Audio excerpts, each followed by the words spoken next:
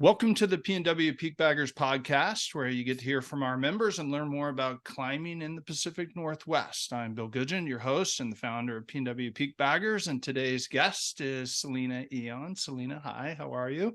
Glad you're Hi. here. Selena is one of the leaders of PNW PeakBaggers and a moderator in our group, an underappreciated role for sure. She grew up in the Pacific Northwest. Whenever she leaves, she's always excited to return to her home in Issaquah. I have that same feeling when I'm about to land into the Seattle or SeaTac airport. I always love it. She loves to study the human body, including physical, emotional, and mental health. She believes that the healthier we are in all of these areas, the more we can accomplish with joy and purpose. For work, she's a naturopathic doctor for the Puyallup Tribe. She loves to design and sew. I've seen some of her works. She proudly displays on her social media. So those of you that follow her have probably seen that as well. She's shown pieces in various fashion shows, including some unusual trash fashion pieces. So we might have to hear a little bit more about that later. She strongly believes in patching and repairing gear whenever possible. And as you might expect, since she's a member of PNW Peak Baggers, she loves the mountains, but not just peak bagging. She also loves trail bagging and lake bagging. I didn't know that those were official things, so we'll have to hear more about that too. So welcome, Selena. How are you? Pretty good. Thanks for You, doing this, you Bill. look good. You've got your PNW Peak Baggers shirt on. Those that are listening to the podcast versus Yeah. watching this on YouTube, unfortunately, can't see that. I always have to make there you If go. anyone wants to see what the unisex small looks like on a smallish woman, this is it. Thank you for the merch plug. I always nobody ever buys the merch, but I still make a plug for it all the time. So, Selena, I want to start off with something that I've been thinking about for a while, and that is, what's your definition of a peak bagger? What does peak bagging mean to you, and what does that look like? Well, gosh, that's a good question. But I would say to me that being a peak bagger is summit focused. And that means that you are interested in collecting as many summits for yourself personally, that you stand on the very actual top. Yeah. Now, do Yeah. you see? It's kind of funny, the history of PNW Peak Baggers. I personally, I was one of those people, even when I started the group, that thought peak bagging was sort of a derogatory term, and in some ways that's exactly why I started the group and named it the way that I did, because I was trying to play kind of a different spin and a joke on what peak bagging was. And for some, it does take on a negative term. What do you think about that? Have you ever had somebody say, "Oh God, you're a peak bagger," or what a peak baggers don't care about the journey. They don't care about the environment. I've heard kind of all of that, and even the beginning and founding of the group, I think there was some reluctance from the true mountaineers and climbers to join because they didn't want to be perceived as a peak bagger. What do you think about that? I've definitely heard and seen that, but I just don't agree because you can decide what it means to you. And mountaineers and alpinists are going for summits too. They may not be logging them all on PeakBagger and trying to get as many as possible like I am, but it doesn't really mean that it's a bad thing. Um, and it is definitely different from community to community. I remember one peak that I went up was not an exciting peak by any means, and I was hiking out with Leland Windham and my partner Max, and we encountered this party of men with a wheelbarrow and all this stuff, and they said, "Greetings, fellow public landowners. What are you doing out here? Are you rock counting?" We said, "We're peak beggars," and they looked at us like this. And so then we just kind of walked by, and I thought, they probably haven't ever seen that before. Right. They're like, what the hell did she say? A what What, bagger? what are you people? Why aren't you rock hounding? Yeah, exactly. That's But hilarious. I Yes. just love that anyone's outside having a good time. Yeah. I mean, I think that's kind of the thing. Like And that's the premise of the group. We don't really care what you call yourself. Call yourself a runner, a hiker, a climber, Yeah. a mountaineer, an alpinist, a peak bagger, whatever. We don't Yep. care.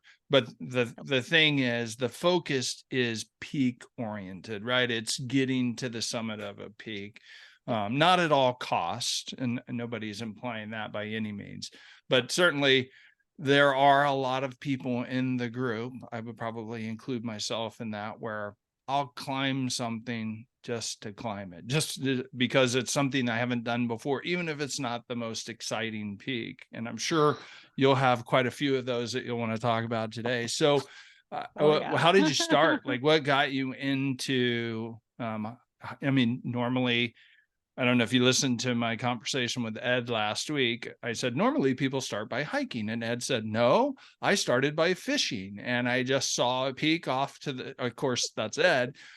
Maybe you started from sewing and decided to climb peaks. What happened? No, How did I you get grew up into this? Well, so I actually grew up from a family that did a lot of hiking and backpacking near the Mountain Loop Highway. And so we did Nice. definitely go on some hikes. We did a yearly backpacking trip. My family carefully avoided snow at all costs. I went to the ice caves back when it was totally cool to go in the ice caves and sled back there. I just saw You a know, post about how dangerous that is today. About right. they've had some recent problems with the collapsing at That the was like ice caves. 40 plus years ago I'm talking about now. Yeah. I definitely have been in the ice caves. Different scenarios. So that was my start, was just all of the family backpacking hikes. I remember when I was 16 and I got my driver's license. Do you remember those brick phones in the mid 90s? Oh yeah. One of my I was very brothers and proud of I, mine. I thought I was really impressive to have one, and they're they really were cool businessman. they were. So my mom said, take this to the top of Mount Pilchuck and see if you can call me from it. So Oh, my wow. brother and I did. My 82 Buick drove up the road. I think it was a lot better back in probably 1994.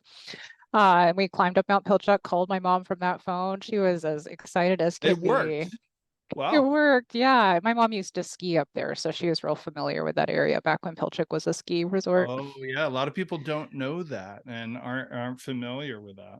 Yeah. Yeah. So when Apparently did the do road was you so good remember she could when drive they a Porsche. oh, gotta get out. Do you remember Yeah. when they shut that ski resort? I mean, not you personally, but I mean, do you remember what year? I don't remember what year that was. It was the 50s, right? Or late late 50s, early No, 60s. my No, it was later than that. It was my mom graduated from high school in 69 and she was Okay. still going up there and skiing, and she lived in Granite Falls in the 70s. So I don't think it was really that long ago as far as that's concerned. That's probably why the road, you could find bits of pavement there. Yeah, right. Yeah. Okay. So yeah. So anyway, I was lucky to grow up with that kind of family. And So then when that's I peak went to number college, one. That's peak number one for you was Pilchuck. that was smoot number one. That's great. Smoot peak number one, 19. I had no idea what I was getting into at that point, but yeah, 1994 or so. Although I think I'd been up there before when I was younger, but that's the first time I remember, and that's what I logged in PeakBagger. Wow, that's great. So fast forward to now, how many unique peaks have you climbed? You're pretty good at keeping track. I track on PeakBagger and I've got I'd have to pull it up and look, but I'm getting close to 750 of them. Most of them are in Seven. Washington State, and I know how many P2Ks I have because my next one will be number 100. And I think I've climbed 23 ultra prominent peaks in the western half Explain of the that for US. people who aren't familiar with that are listening in or watching on YouTube.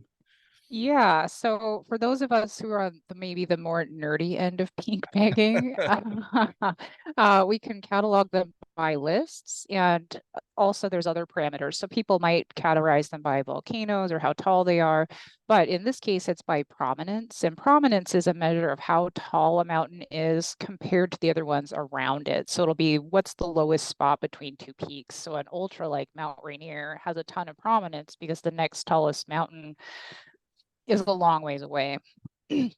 Or something like Mount Olympus, the prominence is going to be almost the height of Mount Olympus because the next tallest mountain is the like sea level away from it. So P2Ks are kind of cool because they if assuming they are not treed at the top, should have a pretty spectacular view because they stand higher among the other peaks that are surrounding them. Yeah. Right. Okay. That's great. Thank Yeah. you for clarifying, explaining that for everyone. What Yeah. could you pick out? I know nobody, well, it's hard to, at least for a lot of people, say their favorite climb or their favorite peak, but maybe can you talk about a couple of your most memorable ones that really stand out of like, wow, that was super amazing. That's an experience I'll never forget. Yeah. Well, I have quite a few, but Well, when you one have that 700, yeah, there are quite a few, I'm sure. yeah, and I'd spent a little time kind of thinking about this. And one that was a really big bucket list for me was Mount Challenger. Because coming from hiking and backpacking, and when I started mountaineering or trying to learn to mountaineer and hike, I used to weigh like 200 pounds. So I had a huge fitness journey to be able to summit a peak. And I Oh, remember a number of times where I would say, I'd like to do this. And the people that I knew would say, oh, you'd never be able to do that. So Challenger was definitely one of those. I'd been told many times I would never be able to climb peaks in the Pickets, and I sure have.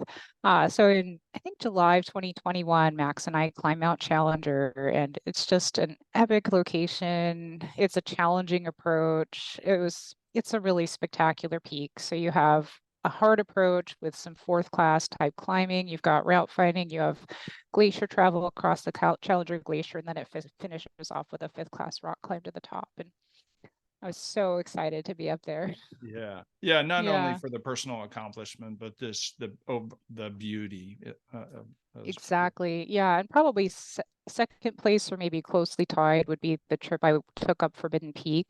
And that was the with the late Jake Robinson, my now deceased partner. It was his last of the Bulger peaks, which are 100 relatively tall peaks in the state, not necessarily the tallest ones. And he'd saved Forbidden for the last one. And I'll never forget just his face when he made it onto the summit. If you'd ever seen just pure joy and accomplishment, that And he was was his probably face. logging it right into Peakbagger while he was up there, right? Yes, actually, he definitely logged it into PeakBagger while we were out there.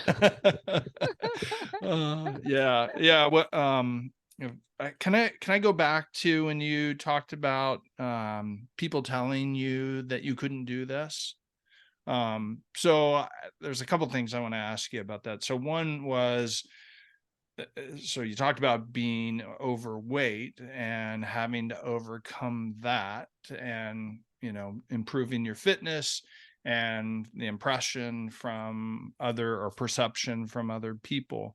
But I also want to ask you about, as a woman climber, and how you were met and welcomed into the mountaineering community as well. So maybe let's start with the fitness side, and how did that journey look for you? How did you kind of progress in your endurance and progress in your fitness and improve upon your skills in order to get to a place where you maybe you just didn't give a shit about what people said, and you just kept pushing through? But a lot of times that's painful. It's difficult to hear people doubt you. It's difficult to hear people think that you can't do it, and they're not behind. You don't feel like they're behind you and have your back. Yeah, well, I did grow up hiking and backpacking, but what I could do then would have been like 6 miles, 2,000 gain in a day. And I do mean back in the external frame backpacks, hiking in Doc Martens and jeans kind of I days. was gonna say jean shorts. Yeah, but that was a big day for me, and I would be absolutely exhausted, and I had trouble really enjoying it. So then I had a significant health journey too. And when I finally was able to untangle my health and start to feel better, I really wanted to also improve my fitness. So um, I spent a lot of time actually pushing my kids in jogging strollers when they were little. My kids are now 18 and 27. Did they Uh, enjoy so I, it? I mean, were they were yeah, reluctant my kids participants? loved it. Oh, they did. Good. No, my kids loved the jogging stroller, and then they loved the baby backpack. They hung out in that baby backpack with me hiking until they could kick me in the knees, which is about like 45 pounds. And then I learned my kids don't like hiking if they have to walk. So, but that is what I did. I pushed jogging strollers. I went to Bridle Trail State Park. I hiked up and down every hill in my neighborhood that I could. I remember the first time I went to Poo Poo Point, I was sore for a week. I was so, so miserable. And I just kept working on it because I felt better outside hiking than I did in the gym. I did have a YMCA membership, but I just struggled to do it. I would be on the stair climber and I would lift weights and I would do stuff, but it didn't resonate me. And I could be outside in the rain in terrible weather and feel pretty happy.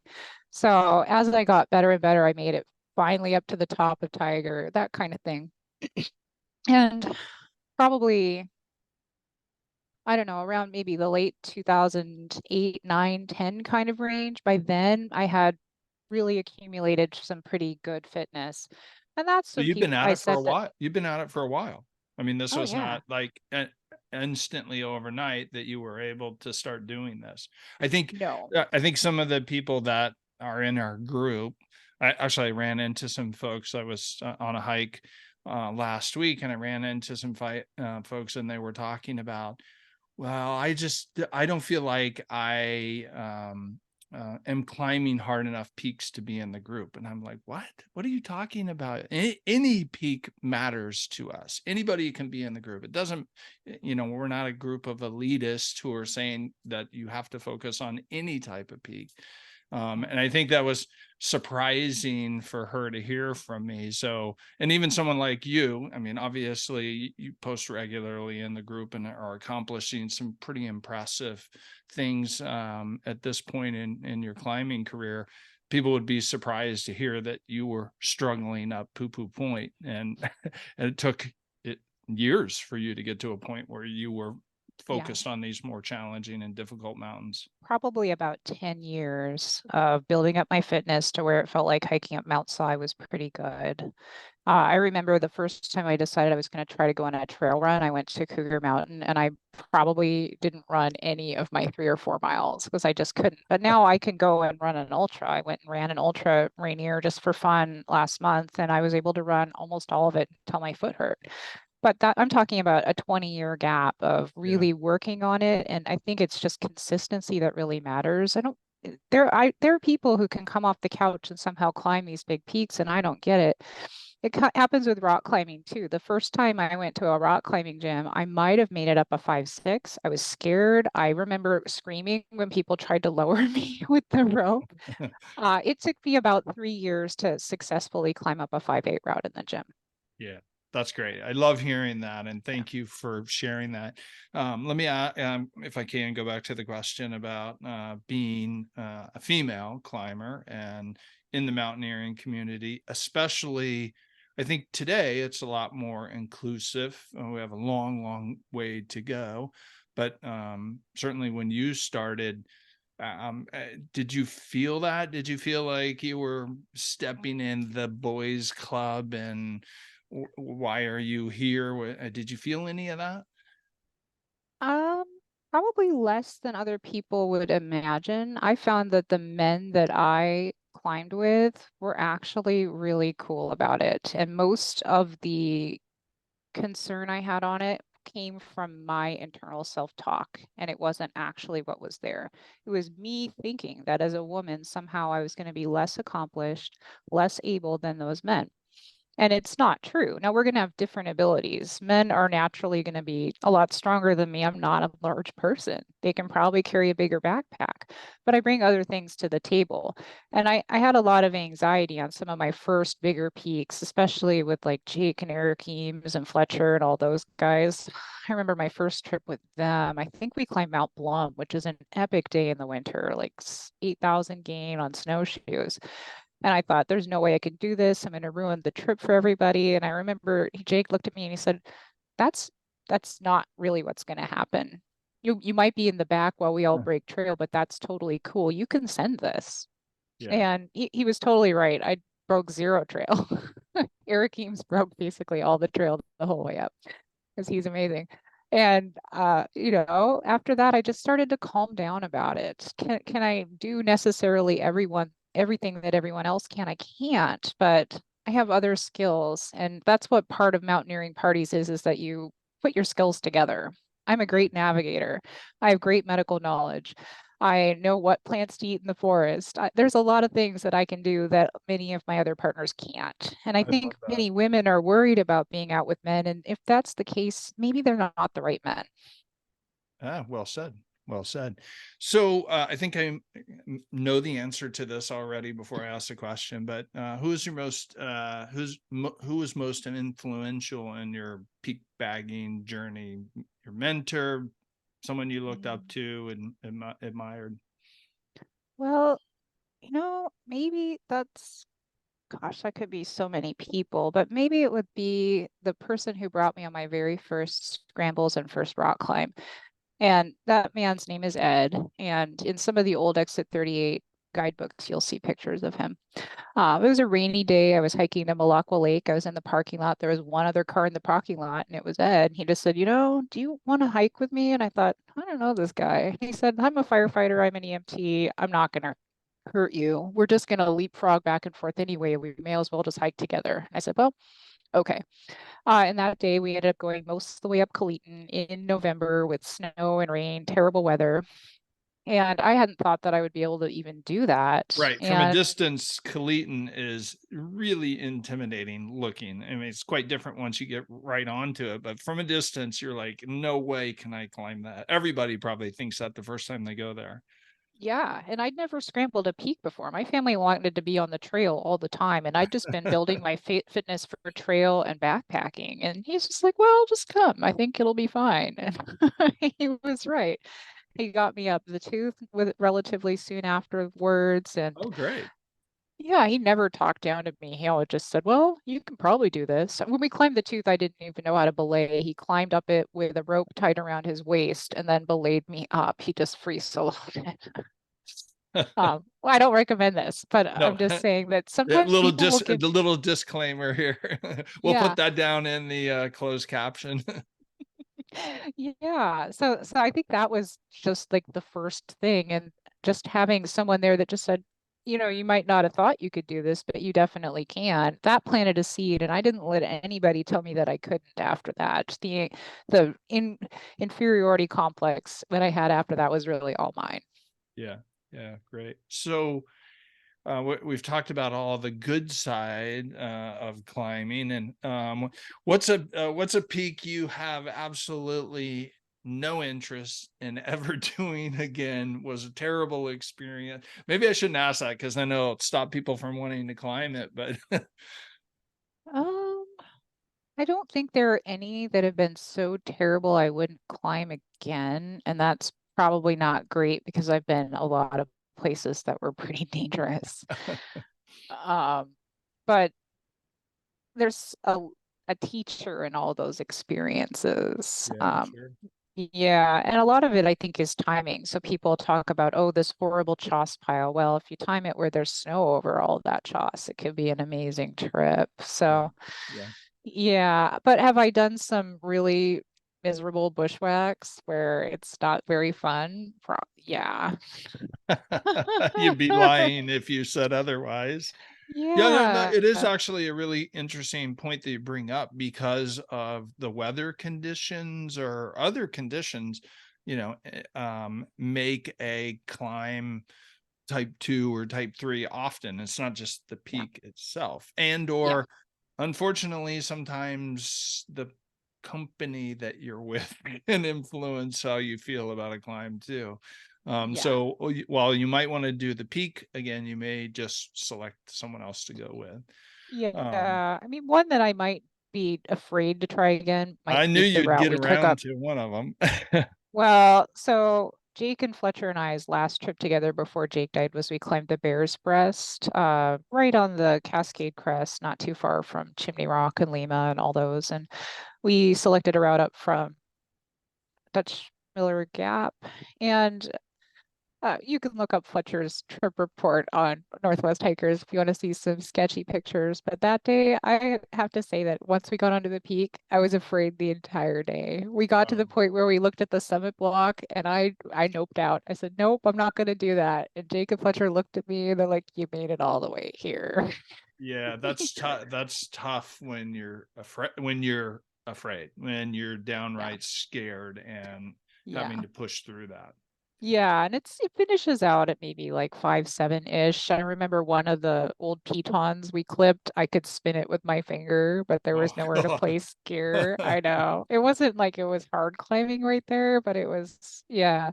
So there's another route at Bear's Breast, so no one needs to climb this particular route. You could take the mega slabs instead, but that was probably the most afraid I've been. And yet we sent it. It turned out to be a really lovely day. There is some cool stuff to be found there, cool views, but Yeah, don't you challenging. always love it when you climb something only to find out later from someone else that you climbed the completely wrong route, and they're like, well, if you would have done this, it would have been a whole lot of, oh well. Well, we knew about the mega slab route, and I'm not sure why Jake and Fletcher picked that route, but they definitely enjoyed a challenge, and so do I. But we've just got different ceilings for where that challenge lies. Sure, your tolerance levels were quite different. Yeah. What is it about being in the mountains that you love the most? I think I love how every trip is something new. Even if you're climbing a mountain you've been to many times, your experience is not the same each Hmm. day. Although, as a peak bagger, I do like to go to a lot of new places. And I love one of my favorite games is to be on a peak that I haven't been to, but that I've looked at from other peaks and then Oh get to yeah. look back at the peaks I've climbed from that peak and Yeah. name them all. Yeah, that's a fun game. And the physical challenge too, especially coming from where I did physically, it's pretty sweet to be able to go and run up West Tiger 3 and actually run up the trail now. Yeah. Even just something like that can bring me a lot of joy. And I love to be on peaks and have it be, you know, you kind of like what you're talking about earlier, how you're just there to bag the peak and there it can be reductionist to some people. I enjoy having that trip be challenging, but also fun at the same time. And I can find some joy in a terrible bushwhack, in choss everywhere. You will probably find me laughing. The more miserable it is, the more I'm going to be laughing my way up that mountain. That's great. Yeah. Yeah, for me, I'm such a social person that I don't do a lot of solo climbing, because I really want to be out there with people. That's the Yeah. part of the joy for me. Obviously, it's the beauty, is probably the number one thing, and but it's not necessarily the solitude, because I like to be with people. I like to learn about them. I like being sharing in that experience with other people. It creates a bond and a friendship amongst Yeah. people that you just can't get in any other environment. It's very, very difficult to replicate, when you're 15 hours into a push with someone, and well, the Have deal. you heard the phrase the art of the micro talk? So I feel like mountaineering trips are the art of the micro talk because you're with each other all day. You're not talking the whole day, but you get little snippets throughout the day where you really get to know them and you get to see them and Oh, I experience like it. them. The art Yeah. of the micro talk. Okay, Yeah. I'll have to look that up.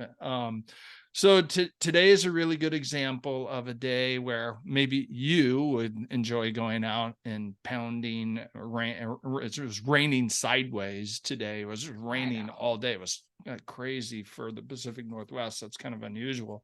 Yeah. What do you do when you're not in the mountains to stay in shape? What's kind of your go-to exercise routine? Well, I live in Issaquah, so I'm surrounded by trails, so I actually do go out in most weather. But raining buckets, not really, but just normal rain. What I think the important thing about going out and running or hiking in the rain is figuring out how long you can be out before you get uncomfortable. So I have about a 90-minute timer of getting wet. So I want to be up that peak and down in about 90 minutes or around the trail or whatever. So that way it's before I get hypothermic cold and miserable and it's in my happy zone. So other Mhm. people might have a different tolerance. I also like to practice hot yoga and climb in the gym. Okay. And I did just buy a mountain bike. I am a terrible cyclist, but I enjoy doing that on days where I really don't want to get in my car from my apartment. I'll just hop on my bike and I can bike up to Preston or that kind of thing. Oh, great. Well, we'll have to get out and mountain bike together. I love mountain biking and I've been mountain biking, for 30 plus years. I raced mountain bikes too. Oh, Um, wow. so I'm I'm, terrible at it. I I'm, thought that I'd be able to bike up any hill I can run, but definitely not. yeah, it's a different skill set. That's for sure. Mhm. Uh, this is something I'm always very interested in, because I never seem to be satisfied with my own nutrition when I'm in the mountains. Like, what's your kind of pre-nutrition during and post? What do you do to? And of course, you mentioned earlier, sort of dialing in your health was a big issue for you, and you've had some struggles. So that maybe you can talk a little bit about that at the same time. Yeah, well, as a doctor, I also have a degree in exercise science and nutrition. So, You know a I've little bit about this I stuff. do. And so I actually eat pretty much like I normally do before and after climbs, although I may be hungry and eat extra food, but I really focus on a good quality diet most of the time. And since I focus on really eating well and plenty of protein, vegetables, fruits, nuts, seeds, just a wide variety of foods most of the time when I'm on climbs, I'm often not eating as well. If I'm backpacking, I do make a lot of my own backpacking meals because I have some special dietary needs and it's easier to make my own. But you'll probably So find me you're really eating. focused on whole foods on your Mm, climbing also. You're not taking, gels and bars and supplements as much as I just want to eat the same stuff I normally eat and just stay focused on being healthy.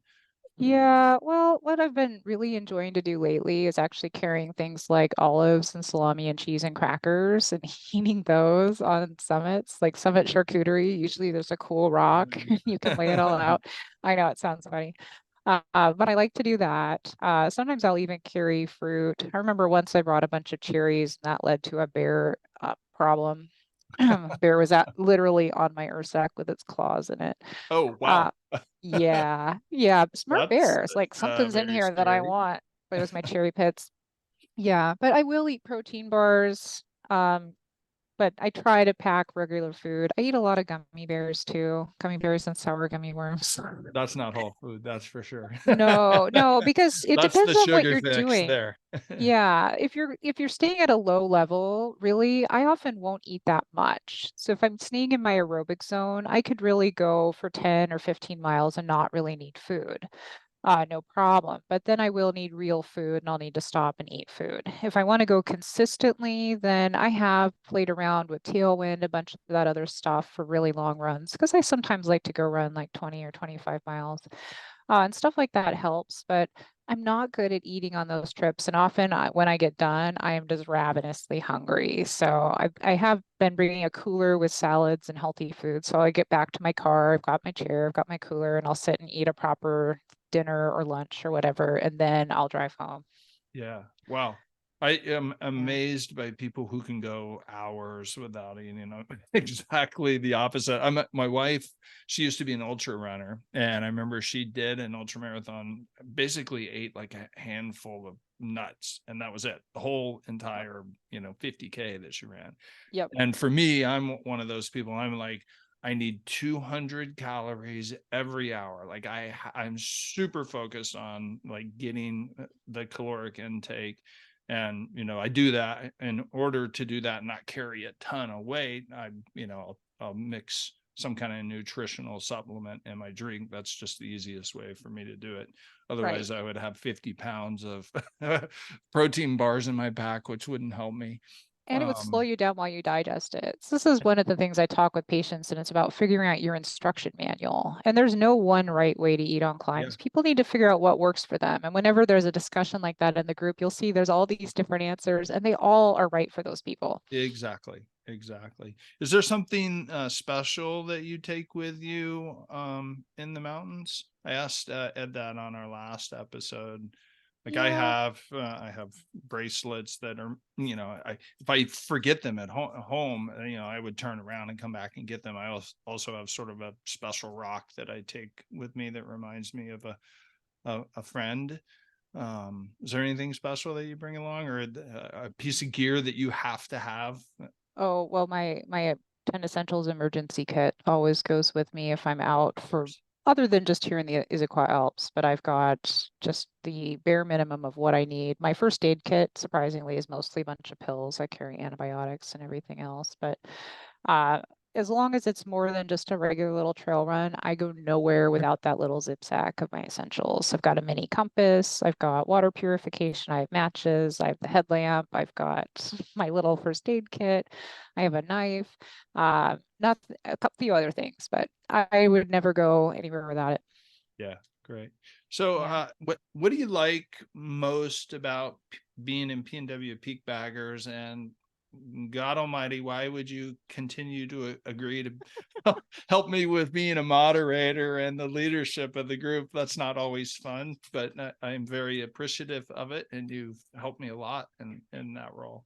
Oh, well, thank you. Well, you're right. It's not always fun, but most of it is that I really enjoy people, and I've spent a lot of time studying people, and I work with people all day too. And so for me, it's a kind of an interesting exercise to make sure that I'm fair and consistent. And, there's some decisions we have to make where everyone is going to be unhappy no matter what. Yeah, And so I think that that's really good practice for life in general, because you're never going to do something that everybody likes. sure. But my favorite part of the group has been all the people that I've met. Some of my favorite climbing partners I have met through PeakBaggers. I've climbed like Goody with someone I met there. I've climbed some big mountains with people I initially met through the group. Yeah, And I love hearing that, and I hear that a lot from people.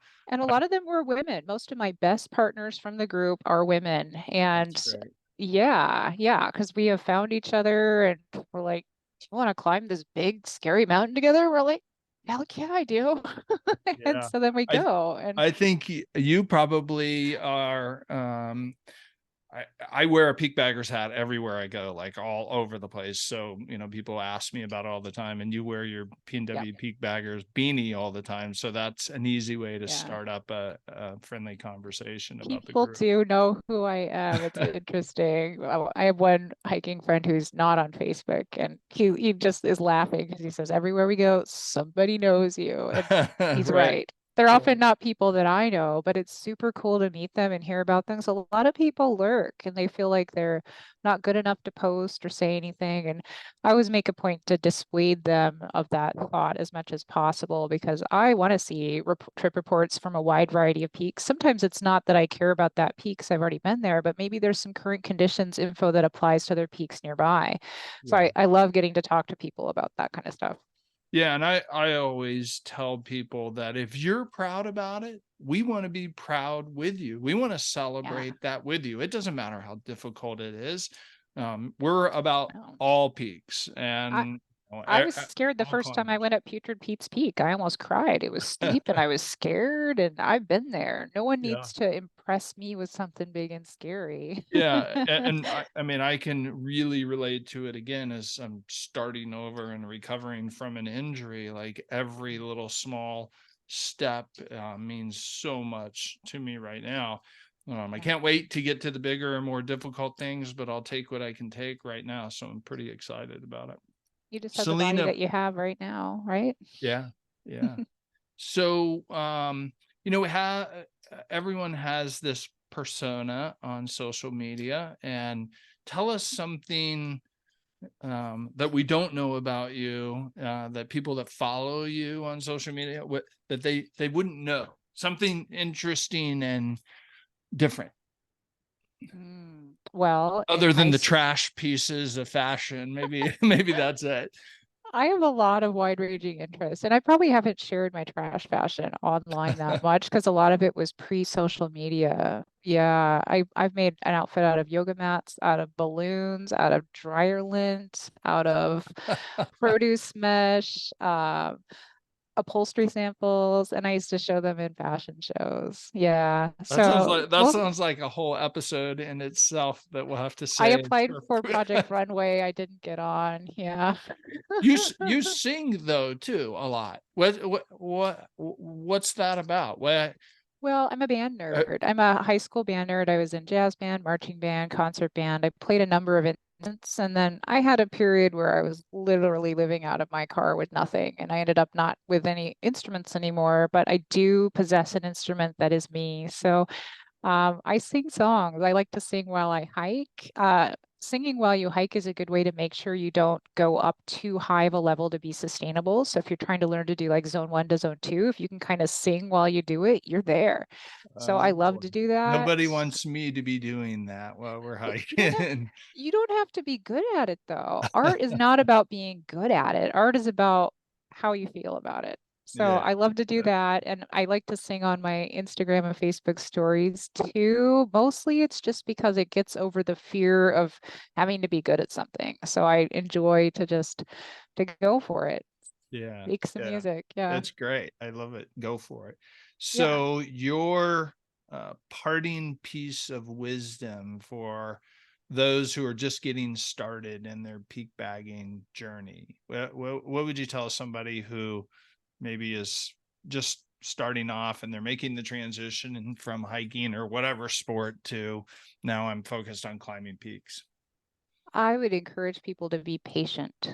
Just because you see other people doing things doesn't mean that you're going to be comfortable with them. And a lot of the skills in mountaineering are gradual. I'm afraid of heights, and yet I've climbed a lot of big roped climb mountains now.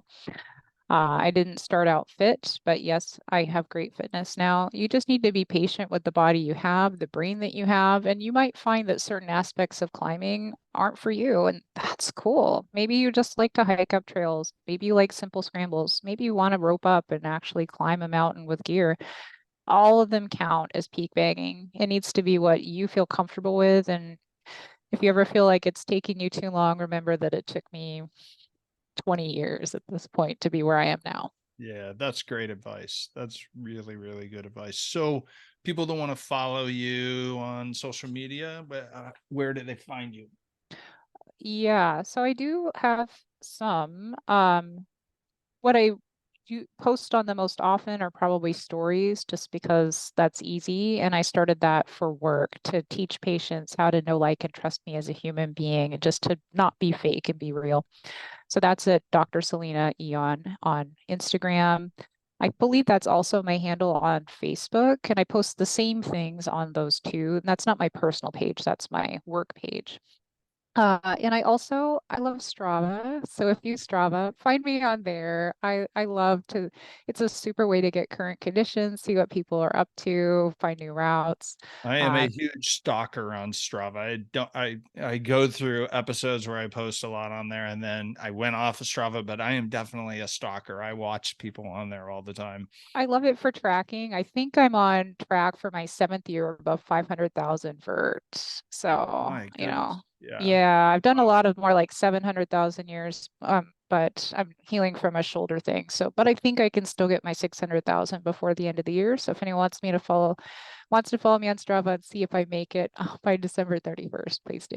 Well, that's impressive. Well, Dr. Selena Eon, thank you for joining us today. It's been a lot of fun talking to you. I always enjoy that. And thank you again for all your help with the group.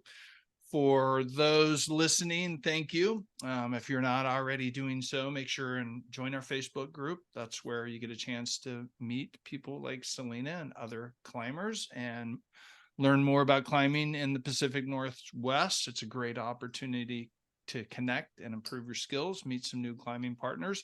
You can also find us on other social platforms. I think we're just about everywhere you need us to be, including we just started Reddit. Someone encouraged me to open up Reddit. We do have a Strava group. There are 500-600 people in that Strava group also. Yep. And also make sure and check out our website. Our website has some content that you're not going to find anywhere else. And of course, the merch that I'm always promoting. So thanks again for everyone listening in, and we hope to see you out in the mountains. Bye, Selena. Bye.